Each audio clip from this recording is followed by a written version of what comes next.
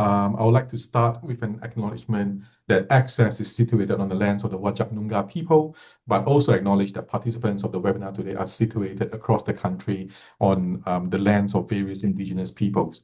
And we would like to pay our respect to the elders of these lands, past and present. I'll introduce myself. I'm Ian Lee. I'm the Director of the Research and Policy Program at ACSES. And one of the program's initiatives is the Equity Fellowship.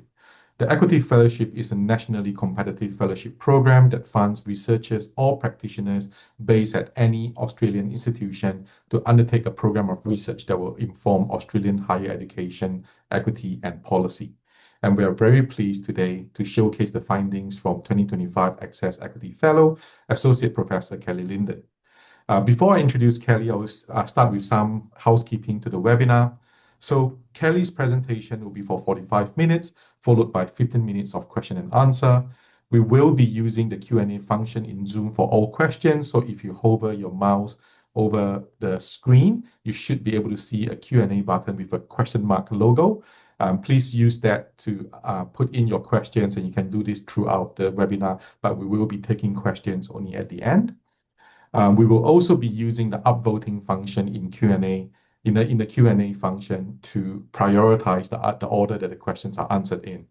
And should there be insufficient time to answer your question, we will ask that you contact Kelly after the webinar to ask your questions directly. Just a separate reminder that we are also using closed captions, so the closed caption functions will be available. Again, this should be at the bottom of your screen, so please use the closed captions button at the bottom of the screen if needed.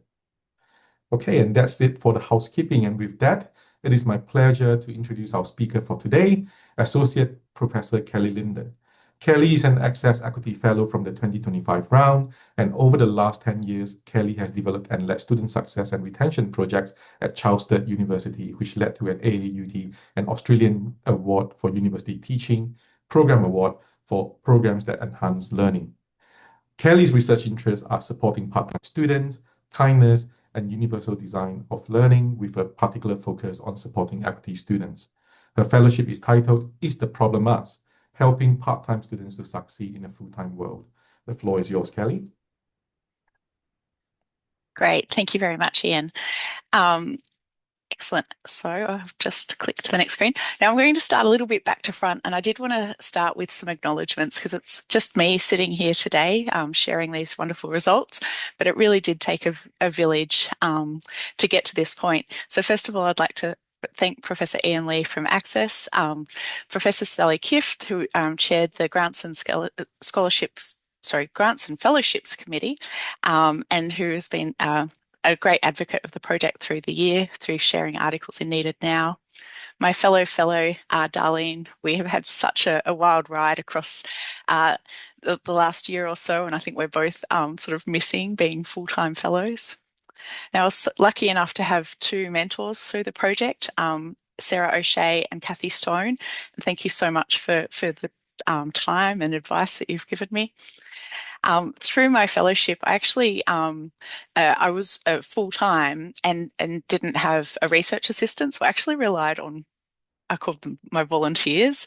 And so I've only named two here, Sarah Teakle and Rachel Whitstead, who were absolutely instrumental. Sarah particularly with the thematic analysis, Rachel with the data component, bouncing ideas off each other, collaborating, and they really did contribute a lot to the report. So thank you to Sarah and Rachel and everyone else who helped.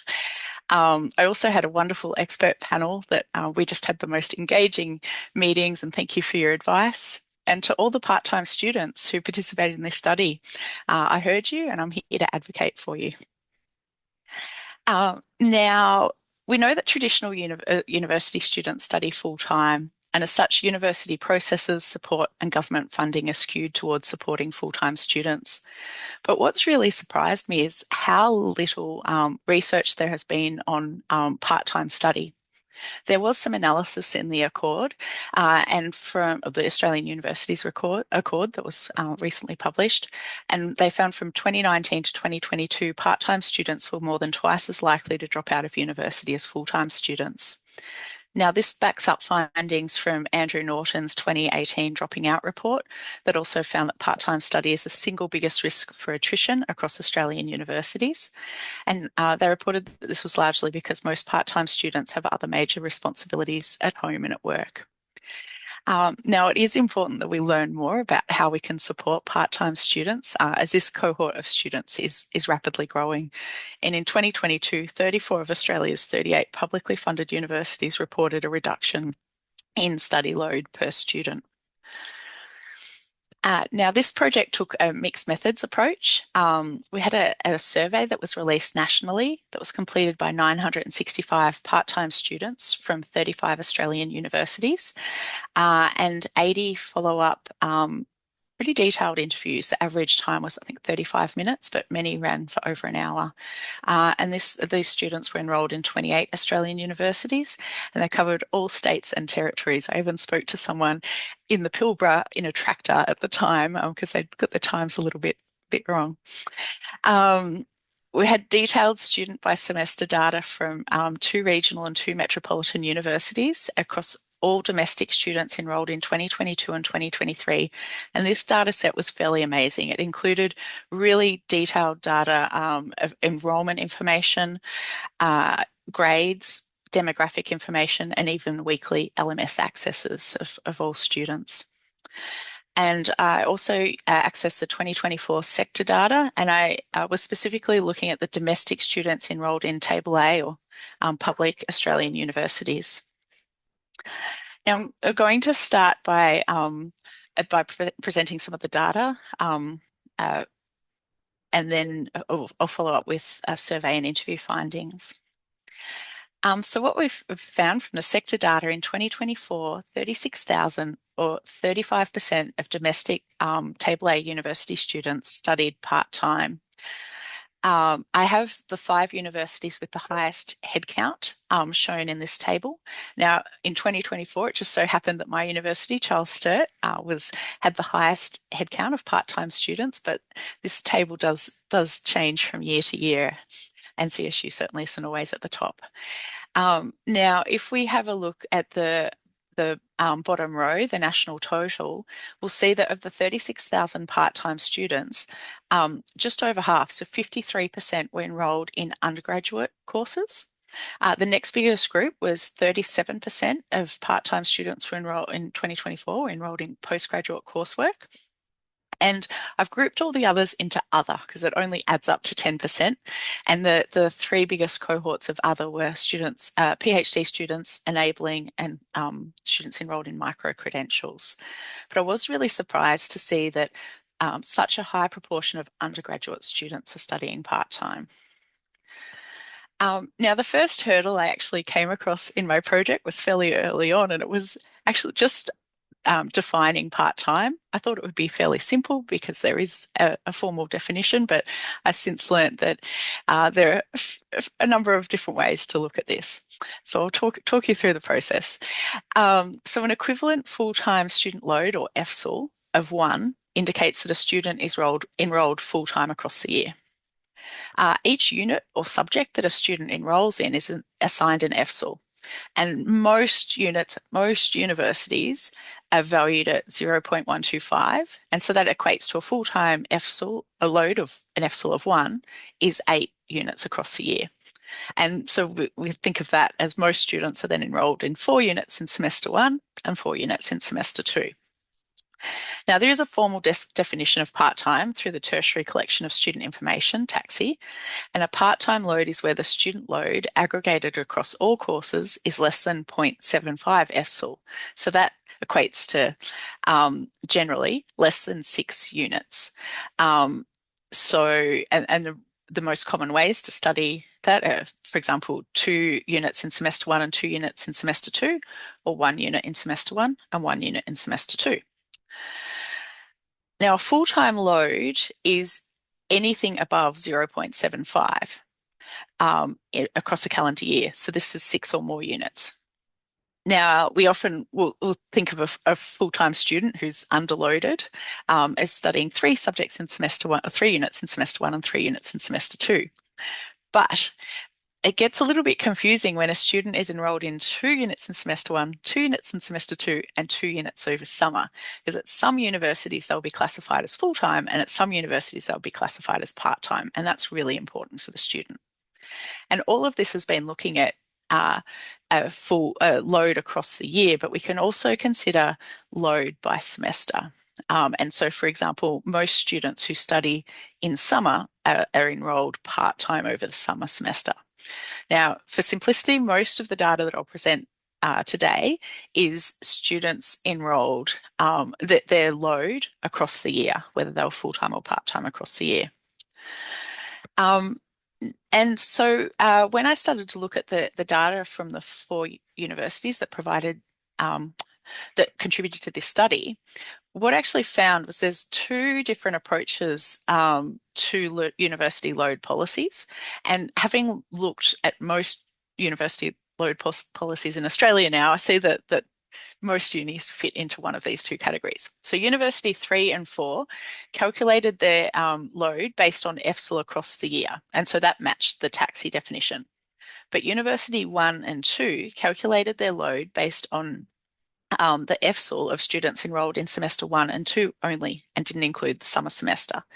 So what we actually found was across the 2 years of this study, 2022 and 2023, there were 5,026 students who were enrolled in University 1 and 2 who were classified as part-time, but if they had have been in University 3 and 4, they would have been classified as full-time. And this is really important for the student because it gives them, being classified as full-time gives you access to things such as youth allowance, public transport discounts, and actually widens the number of scholarships that you can generally access. So a recommendation for my study is to simplify the student load policy. And I think a good suggestion would be that any student studying 0.75 FSL or higher across a calendar year should have access to the benefits of a full-time student. And the University of Southern Queensland actually have a really nice, simple and elegant definition that enrolment in less than 0.75 FSL in any year shall be deemed to be part-time study. When we're looking at participation rates, I mentioned that 35% of domestic students were studying part-time. And in this graph here, I have a dashed line indicating that rate. And any bar above that dashed line is showing that that group of students are studying part-time at a higher rate than average. So I wasn't surprised to see postgraduate students, online students, or those over 25 years old in that group. I was surprised to see higher degree by research. So those are students studying PhD or masters by research. And then also students from the 4 priority Australian government equity groups. So students with disability, First Nations Australian, students from a low SES background, and students from a regional, rural or remote area. And when we look at students from those 4 groups and conduct a cumulative equity group count, we can see that if a student is a member of just one of those groups, they study part-time just a little bit higher than the average rate. But as the cumulative equity group count increases, that rate of participation increases. And if the student is a member of all 4 priority equity groups, they're studying almost 50% of those students are studying part-time. Also looked at the ATAR that students were coming in with. And so this is looking only at undergraduate students. So the participation rate is now lower, but I've got the average participation rate with the dashed line again. And we can see that as the ATAR increases, the chances of a student studying part-time decrease. But all students with an ATAR are studying below that undergraduate part-time student average, whereas students with an unknown ATAR are studying at a much higher rate. Oh, wrong way. And we also looked at basis of admission. And again, this is for undergraduate students, and saw that students coming from higher education, vocational education, training, and other are all studying part-time at a higher rate than average. I then wanted to have a look at the success rate and found that there was a 7%, that students who are studying part-time have a 7 percentage point lower success rate than full-time students. And in this graph, I'm showing the percentage point difference in success rate between part-time and full-time. And so that 7 percentage point is the dashed line, and any bar above the dashed line is showing that that group of students is performing poorer than the part-time student average. And so we have undergraduate students there, and remembering that they make up more than 50% of all part-time students, students studying on campus, and students from the 4 priority Australian equity groups. Also looked at student retention, and it's actually a bigger jump here, a 15 percentage point difference, which is quite a significant difference between full-time and part-time students. And this graph is showing the data in a similar way to the previous. So any bar above the dashed line is showing that that group is doing worse than the part-time student average. And again, we have undergraduate students there. We have students, First Nations Australians, low SES students, and rural, regional, remote students. We then, so that was all the sector data, but when we looked at the data from the 4 Australian universities that provided data, we were able to conduct a linear regression model. And we were able to include many factors into this because the universities were so generous with their data. Now, we started by looking at correlations and found there was a moderate correlation between undergraduate on campus, undergraduate online, and postgraduate. So we ran 3 separate models. And for undergraduate on campus students, we found that for passing, studying part-time is the biggest risk factor. And we have the adjusted odds ratio here, which indicates that part-time students are less than half as likely to pass as full-time students when they're studying undergraduate on campus. When we looked at retention, studying part-time was the second biggest risk factor after commencing status. For undergraduate online students, studying part-time was the 3rd biggest risk factor for passing and the 2nd biggest risk factor for retention. And for postgraduate students, studying part-time was the 4th biggest risk factor for passing and the single biggest risk factor for retention. So when adjusting for other factors, studying part-time is one of the biggest risk factors for success and retention at university. We were lucky enough to receive the LMS activity, and this data is actually from 3 of the universities, and it shows the weeks of semester and the percentage of students who on the y-axis who accessed the LMS for each week of semester. And we split students by their end of semester result. So if they were passing, they passed 50% or more of their subjects. If they were failing, they failed 50% or more of their subjects. And for the students who received a 0 fail for all of their subjects. And we can see from week 1 that that students who are failing and who end up continue to receive a 0 fail are accessing the LMS on average less often than students who are passing. And by the time we approach census around week 4, the gaps widened a little bit. And so I think this provides the potential to reach out to students at risk of failure who are due to low LMS activity. From one university, we also received the number of weekly accesses for each student, and I've just split it here by students who were enrolled full-time for the year versus part-time.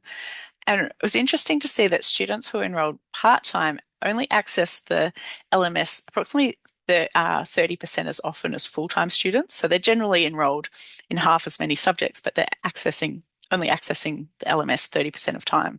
So I think this is really important for communication with part-time students, such as making sure that content's released early and we're not posting last-minute announcements, knowing that part-time students are not going to be accessing the LMS as often as full-time students. Right, so I'm going to move on to overview of the survey and interview findings now, and starting with the self-reported demographics of survey participants. So I mentioned we had 965 part-time students complete the survey, and of those students, 67% were studying undergraduate, 29% were a postgraduate, and 4% or 35 students were enrolled in higher degree by research. So that actually matches the participation rate, national participation rate, quite nicely. We'll just point out that the students were more likely to study online than the sector average, and the more of the students were from rural, regional, remote areas and were first in family. And part of that reason was the survey was shared widely through the regional universities network, and that's who our students are. There's also a really high rate of students with disability who completed the survey, and this was in part through ADSET, the Australian Disability Clearinghouse, for sharing the survey with disability managers, who then, some of those then shared the survey with all registered students at their university. So it's wonderful to have such a diverse data set. Now, one of the questions we asked students was, do you attend classes or activities on campus? And we split this by mostly online and mostly on campus. And we found that the students studying mostly online, most of them rarely or never attend campus, but there's a small group who attend campus regularly. And in follow-up interviews, we learnt that many online students don't live near their local campus, but there's quite a lot of students who are studying online who do live close to a university campus. It may just not be the one they're enrolled in. And there was one student that I spoke with who didn't have anywhere to study at home, and so studied at the local university campus that she wasn't enrolled in, but she'd be kicked out at 5 p.m. Because she wasn't enrolled at that university, and that was a real challenge for her to have to find somewhere to study in the evenings. When we spoke to students mostly on campus, most students are attending either most days or weekly. And a big issue for those students was not having access to a concession card. And particularly we found this in students in New South Wales with the Opal card, and students in Perth who were spending $250 to $300 a month on public transport because they didn't have access to that discounted public transport that full-time students have, even though they were attending campus as many days a week as a full-time student. So with a bad timetable and a part-time science degree or a PhD, you'll still be attending campus 3 or 4 days a week. So 2 recommendations from this are, firstly, shared campus facilities. Having a reciprocal study space agreement between universities could benefit many students. And public transport discounts should be based on mode, not load. States provide free public transport to the football, yet part-time on-campus students pay full fare to travel to university, and that's not fair. We asked students what influenced their decision to study part-time, and the need to work was overwhelmingly the most common response, but followed by caring responsibilities, financial reasons, not living near campus, studying for a career change, and managing disability. So we certainly learned that there are many reasons why students study part-time. And quite a few students said something along the lines of this quote of, having the option to do part-time online study is the only way I could possibly attend university. So it's a really important option for students. We asked students what are the main challenges in studying part-time, and it's pretty evenly split between work commitments and allocating time to study. But other major challenges were timing of classes, difficulty connecting with other students, caring responsibilities, poorly delivered subjects, difficulty connecting with teaching staff, attending compulsory on-campus classes, and attending compulsory work integrated learning. And we have this quote, I have a full-time job and other commitments. If a subject is presented poorly, it makes it much more difficult. Studying online is hard, or study material makes it harder.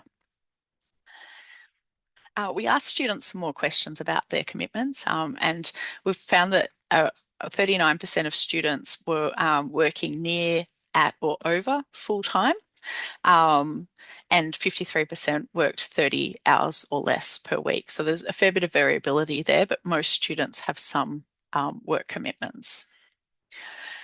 We asked students about their personal caring responsibilities, and 48% of students did have some caring responsibilities, with the most common response being school-aged children. And certainly this came up as an issue with compulsory classes around school drop-off or pickup or evening school sport, and which made it really challenging for students to participate. And certainly there was one interview where the student was describing that she would dial into her compulsory tutorial because otherwise she'd be at risk of failure, but while she was driving her son to soccer on a Wednesday night, and there were no alternative times for her to dial into her class. So in a summary for those survey findings that I've presented, many part-time students live complicated lives. What we certainly found was the students that we spoke with were incredibly dedicated, but university cannot always be their number one priority. And it's not surprising that part-time students are more likely to fail and more likely to drop out of university. I really liked this quote from an interview. They don't care what you have to juggle just to turn up to class. And that's the tricky thing with part-time study. It's not being part-time, it's what comes with it. It's why you're part-time. We're treated like we're less committed when it's the opposite. We're on average a lot more committed. And I think that was the sentiment of many students we spoke with. We also asked students about success, and the single most absolutely overwhelmingly important factor in successful part-time study, according to students, is quality learning and teaching, which includes engaging and understanding lecturers. Essentially, all 80 students in the interviews said something along these lines, and almost every survey response that was just asking a general question around success, all linked to quality learning and teaching. And many students said something along the lines of, when lecturers are understanding, show an awareness of the monumental juggling act that is postgraduate study with small children, it can completely change your mindset and your ability to engage with your course. Knowing that you have someone in your corner is invaluable. So when we thematically coded the survey responses, 190, just a general question around what helps with success, 192 students identified access to understanding and engaging lecturers. The next most common code with 148 responses was an LMS that it's easy to navigate, followed by access to recorded lectures. Having the content available early. Really liked this quote, give it to me early. I needed to see what hill I'm climbing. I need to know how to pace myself because I've got other responsibilities. How am I going to pace myself? And access to simple or no questions asked extensions was also a very common theme. We also asked students how important each of the following in the design of your units. The most common elements were well-spaced out assessments, consistent site layout for each week, learning content available early, and flexible and automatic extensions. And I think all of the elements that students rated very highly are linked to transition pedagogy and also to universal design of learning, and that sort of just sit with quality teaching. But I think lecturers often end up so busy, it's difficult to sometimes prioritize, for example, having the learning content available early, particularly for your online cohort or cohort with part-time students. So I think getting these things right is really important. And so this links to probably my number one recommendation, which is quality learning and teaching, and acknowledging the time it takes to do this. So university workload policies should provide adequate time and resourcing for academics to connect, engage, and empathise with students, provide high quality units with consistent layout and clear expectations, being able to release the learning content early, making sure that all classes are recorded, and providing opportunities to connect with peers. We also asked students about compulsory elements, including work-integrated learning, compulsory classes and exams. And 206 students in the survey provided detail around issues they've had with the work integrated learning, and the most common codes are shown here. So first of all, a lack of available financial support or scholarships with 64%, and actually only 15% of students who completed these sets of questions on work integrated learning. So 15% of students had received any scholarships, any financial support for their work integrated learning. The next most common theme was flexibility of dates, time, and location. It can cause a huge issue when you've got commitments outside of study for going on to WIL placements. Offering part-time placements, very few students we spoke with actually had an option of, they were enrolled in part-time study, but there was no option for part-time WIL placements in their course. And a lack of recognition of prior learning. We spoke to students with 20 or more years of experience in their discipline, and they're upskilling but they might have still needed to do an enormous amount of work integrated learning, and certainly students who've been working in a similar field for 20 years, when they're on a placement, they can understand the value in going to the placement, but they said their supervisor, that the level of supervision was very low because they were often much more experienced than their supervisor. So yeah, really taking a step back and thinking, when we're sending students on placement that are already very experienced, do they still need to do that full amount, and what sort of supervision are they going to receive? And this quote kind of really summarised the sentiment of students from surveys and interview responses. So they need to be financially supported or their hours reduced. They also need to be more mutually respectful relationship between the student and the university about the timing and location of placement.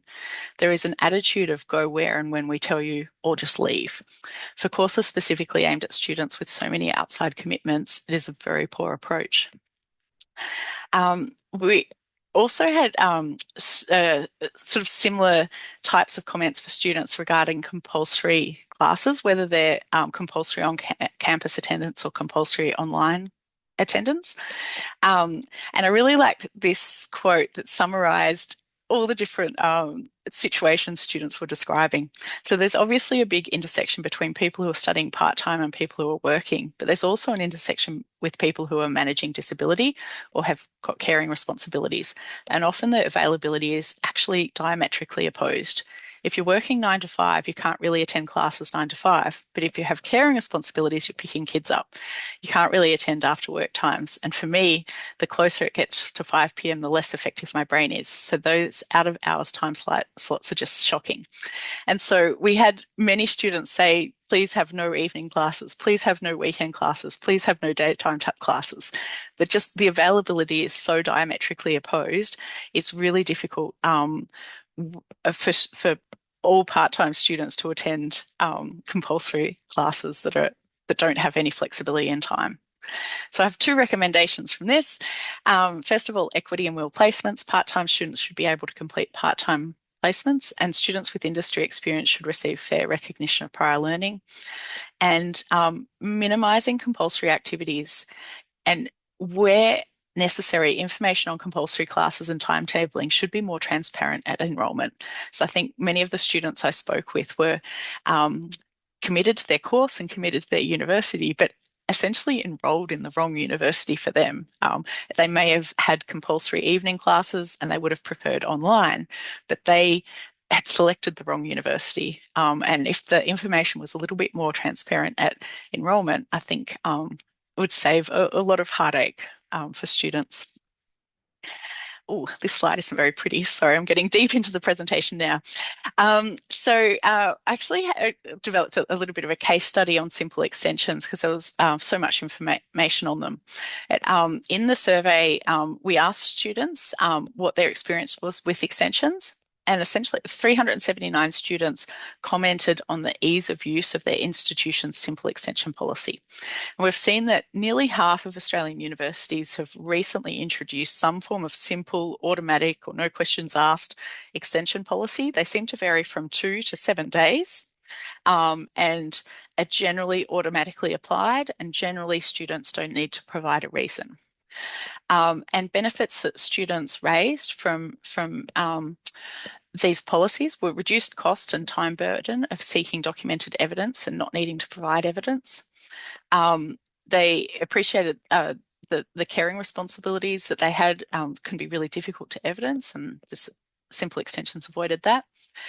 Although they did raise that issues with simple extensions when they were for less than 7 days, and again, that comes down to students' varied availability.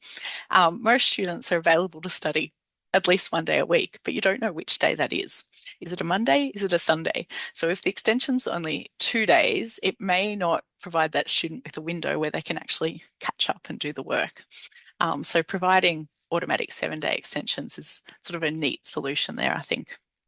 Now, 83% of the students who have responded to this open text question identified that they have a disability, and those with access to automatically approved extensions included in their disability support plan noted the ease of use.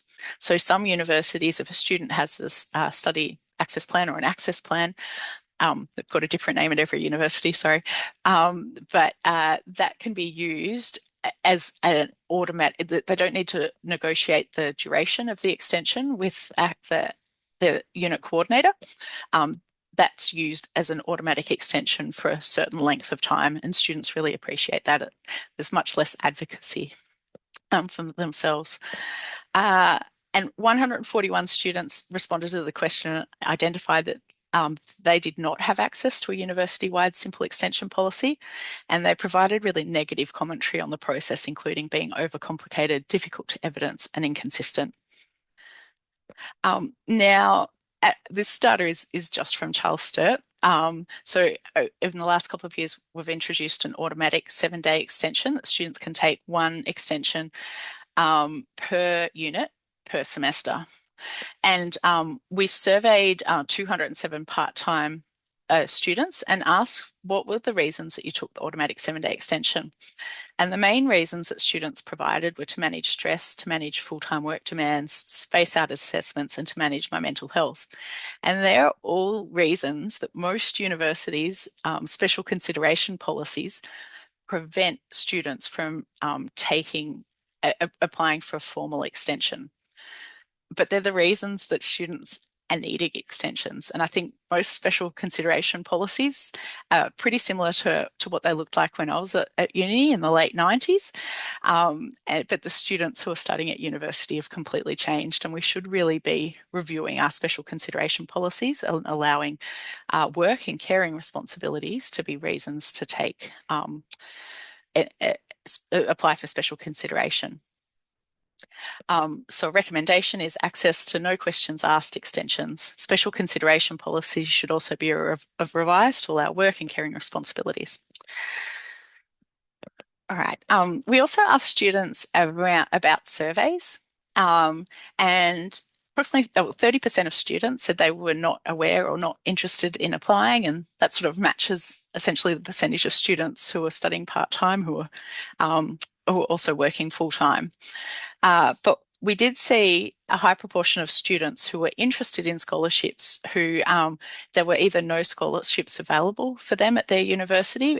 Many scholarships prevent part-time students from applying for scholarships.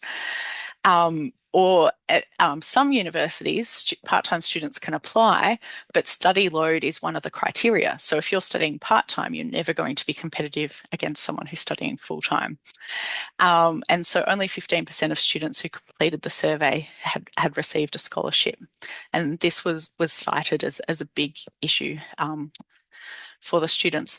Now, I do have scholarship information from one university from 2024, and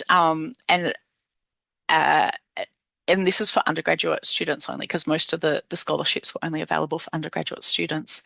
At this university, 57% of undergraduate students were studying part-time, but they only received 25% of the scholarships.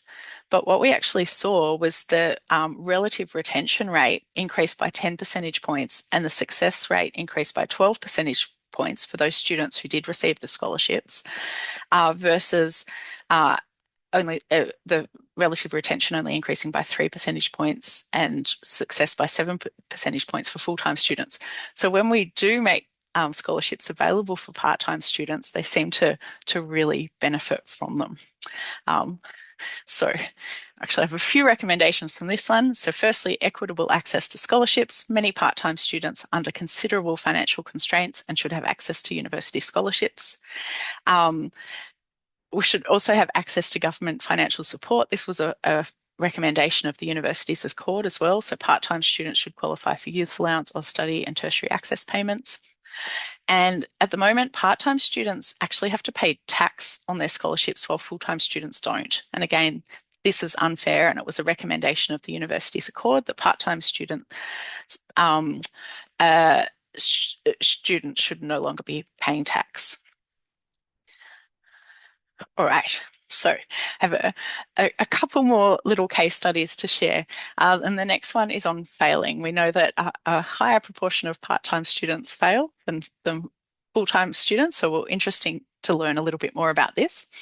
Now, this is data from the 4 universities, and it's only showing students who are in their commencing year of study. And on the left of this Sankey diagram, I have the first year semester 1 grades. So we can, we can say that 84% of students were passing, so 50% or more of their subjects, and 16% were failing 50% or more of their subjects. Of the students who failed in first year and semester 1, the most common response in semester 2 was actually to withdraw from study. And then most of those students withdrew from the university and did not return for second year. The next most common response of the students who failed was to remain enrolled and fail 50% or more of their subjects in semester 2. And again, most of these students are then not enrolled in the second year and are not retained by the university. The third group of students, the minority of students who failed in semester 1, were able to pass in semester 2. And these students were more likely to be retained.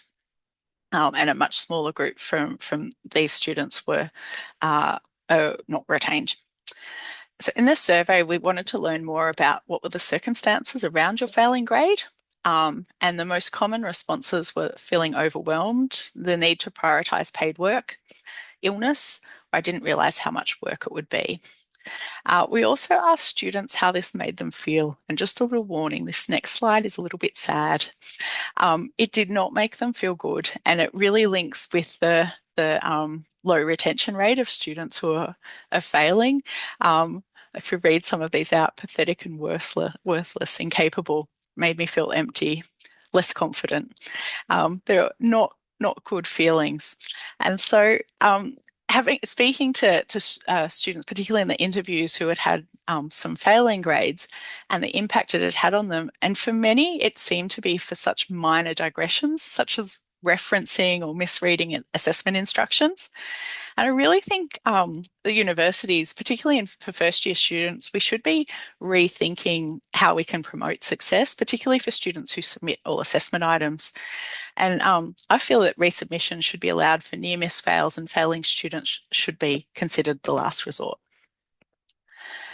Okay, and this is the final little case study that I have, and this is on enrolment patterns. Something that's always been a bit interesting to me is like, what's the difference between studying 1 or 2 units a semester? So in this figure, I'm just showing results from the students enrolled in the 4 universities who are enrolled in semester 1. The semester 2 results look similar. The summer semester looks completely different because most students are studying part-time. And I've split the results between internal and online because that seemed to make quite a difference in the success rate. So we can see that internal students who are studying 1 versus 2 units, so the 2 type ways you can essentially study part-time in semester 1, their success rate isn't very different, 85 versus 84%. And the online students studying 1 versus 2 units, again, no difference. But what we do see is when students are studying 3 and 4 units internal, that's when their success increases. But for online students, it doesn't increase until a student's studying 4 or more units in one semester. I was also interested in the proportion of students with each of these enrolment patterns. And we can see for internal students studying 1 versus 2, it's 13% or 15% of students, so not very much difference. And again, for online part-time students, 37% studying 1 unit and 37% studying 2 units, so not very much difference. I did just want to highlight that we spoke to a number of students in interviews who had been flagged for approaching or reaching their maximum time to complete their course.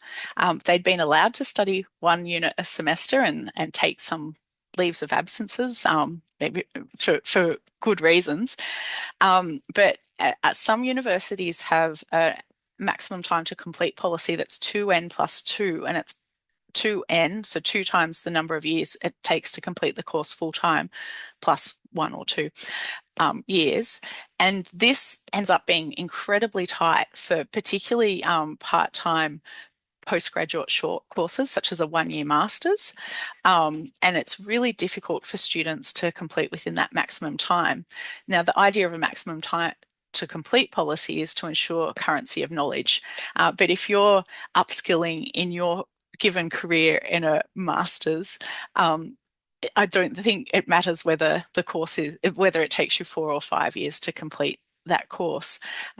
Especially the one student who'd been flagged for maximum time to complete, she said the PowerPoint slides had the year on them, and the year was longer than her maximum time to complete. So the slides were more out of date than she was, essentially. Now, sorry, I also wanted to just share with enrolment patterns. We looked at data from the 4 universities, but when I put this filter on, only 3 universities came up. And this was having 30 or more students enrolled in 2 subjects that had a combined success rate of 60% or lower. And we called these toxic unit combinations. So the 4th university would have some toxic unit combinations. I'd just have to set a different filter because their overall success rate was on average higher than the other 3. So I'll just talk you through the first row because I am sort of out of time. But at University A, there were 30 students enrolled in Nursing 1 and Nursing 2. Now, the average success rate for Nursing 1 was 92%. The average success rate for this other unit, Nursing 2, was 89%. But for the 30 students enrolled in Nursing 1 and Nursing 2 in the same semester, their toxic combination success rate was only 28%. So 72% of students enrolled in that combination actually failed. So I think it's really important that we provide part-time study patterns to part-time students so that they can avoid enrolling in these toxic combinations. I think I'll just have to skip over this, but this figure just shows the average success rate of the toxic combination versus all other combinations of Unit 1 and Unit 2. And it makes a huge difference having the correct enrolment pattern. So recommendation is that we provide part-time study patterns. Students require clear advice around study patterns, and maximum time to complete policies should be reviewed to ensure they're equitable for part-time students.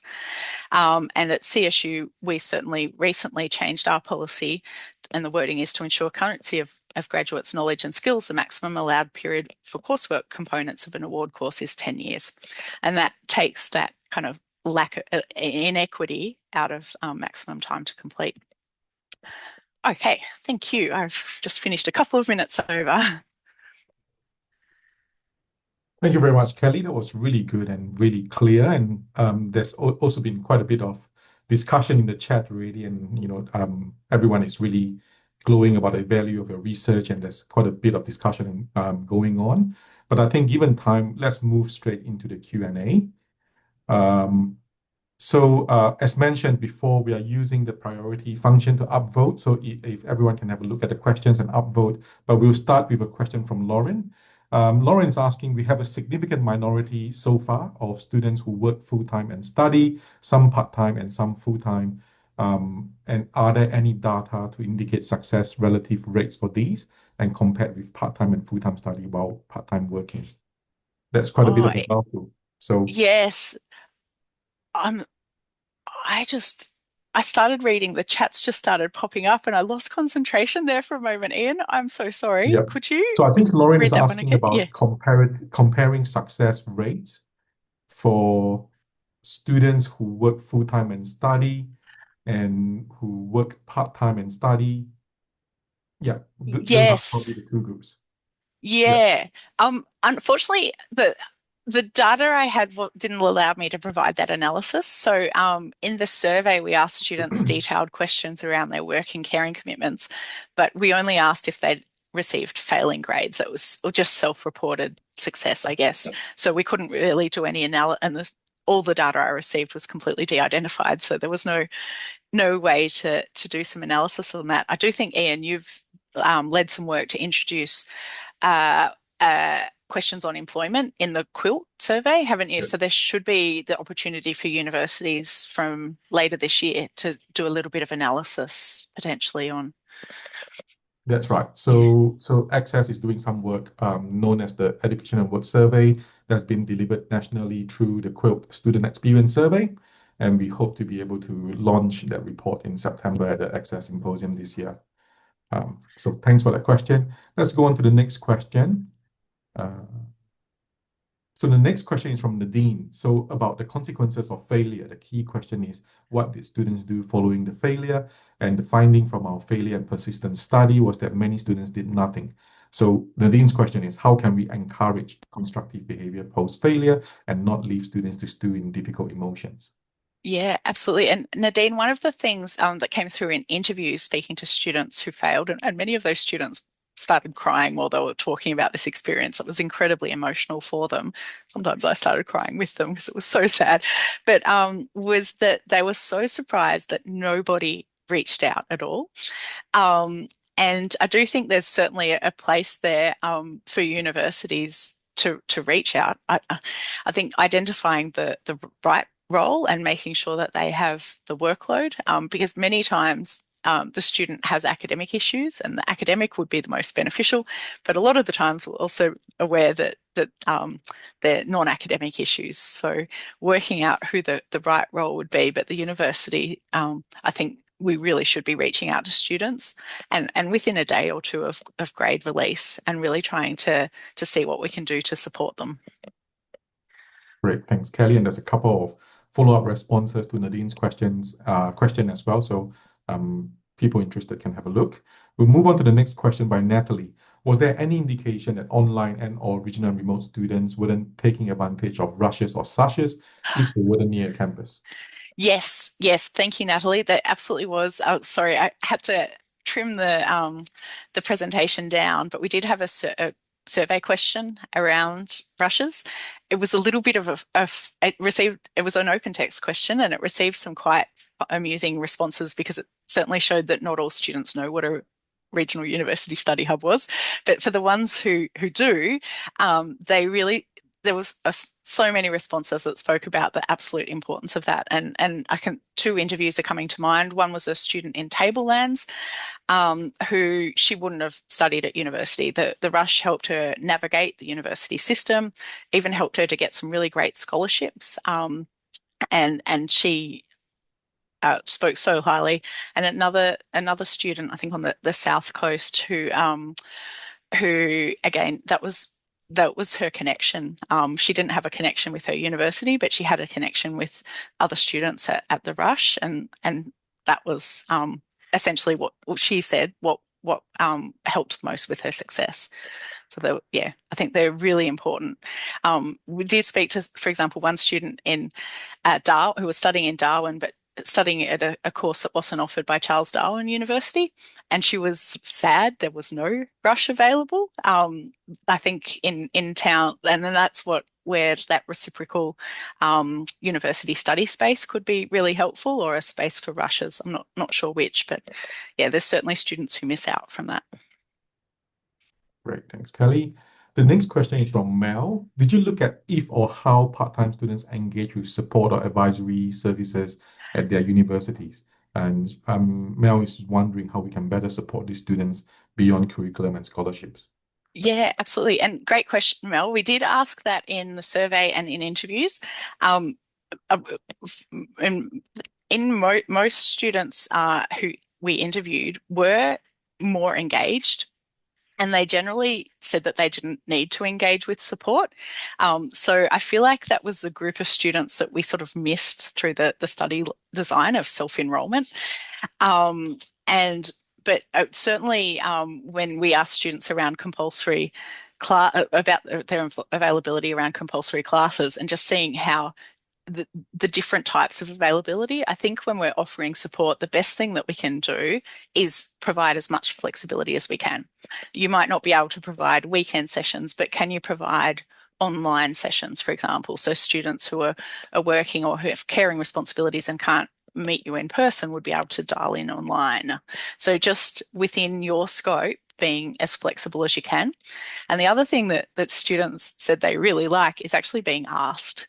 So I know they don't always respond to surveys, and that can be a little bit frustrating if you do ask. But if you get the opportunity to ask, I think it's really good to see when students in that cohort would like access to that support. Great, thanks, Kelly. The next question is from Neil. The lower access rate to the LMS for part-time students, was that access per subject enrollment or across all subjects? Excellent question, Neil. No, the data that I received was by student by semester. So it was across all of their subjects. So we would expect lower accesses because part-time students are always enrolled in fewer subjects, but I didn't expect it to be as low as it was being at 30%, because on average part-time students are studying 50% the load, because we know a lot of full-time students aren't actually studying 4 subjects, they're studying 3.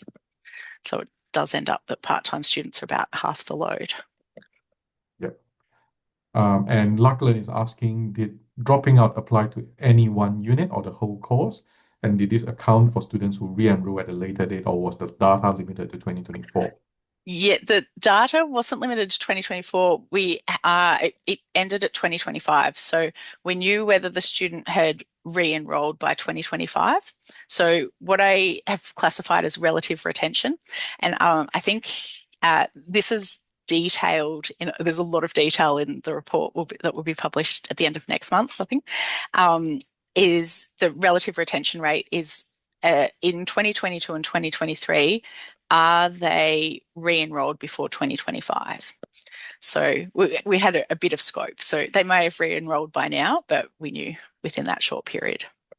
Great, thanks, Kelly. And did it apply to only one unit or the entire course? No, sorry. All of the data from the 4 universities was that students' enrollments across that semester.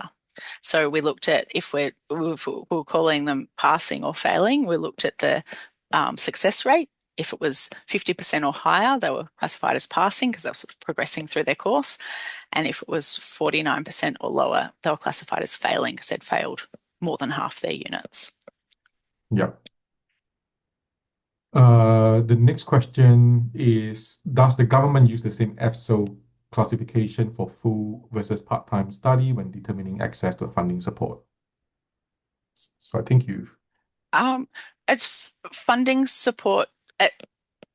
Sorry, if this question's regarding funding support for the individual student, for example, youth allowance, then that's based on the university's policy. And sorry, I probably should have explained this a bit better. And this is part of the whole Yeah, confusion with the definition of part-timeness. But yeah, a lot of funding, such as travel discounts, access to government support, it's based on whether your university classifies you as part-time or full-time, and essentially what's on your student card.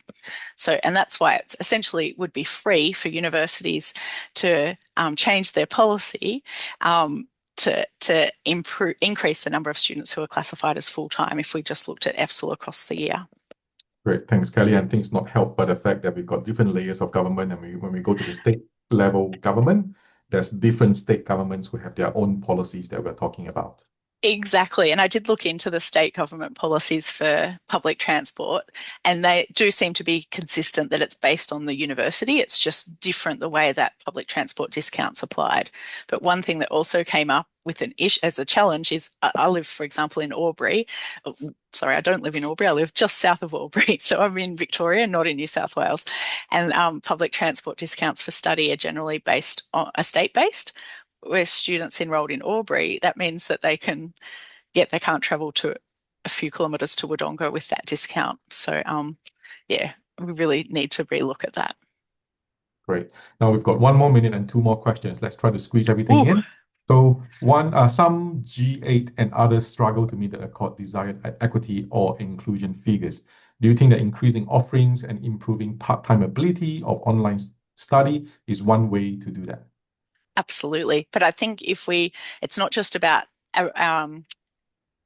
providing more online offerings, it's making sure that we design them and deliver them with part-time students in mind. Yeah, great. Thanks, Kelly.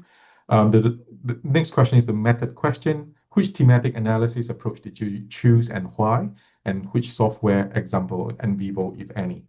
Yes, in vivo, and is detailed in the report. But we used a reflexive approach, and that was both Sarah Teakle and I read through every response, interviews and surveys, and then discussed the themes, and then we both coded them. Great. Now we've got a couple of more questions just come in, but we are at time. So I'm sorry, but we'll probably have to refer the questions to Kelly directly via email. But I would just like to thank everyone for joining us today, and thank you again to Kelly for your very clear presentation, splendid findings and recommendations. And can everyone join me again in thanking Kelly for her time and valuable work? The recording of the presentation will be available in due course. And I hope everyone have a good day and see you all at the next ACSES event.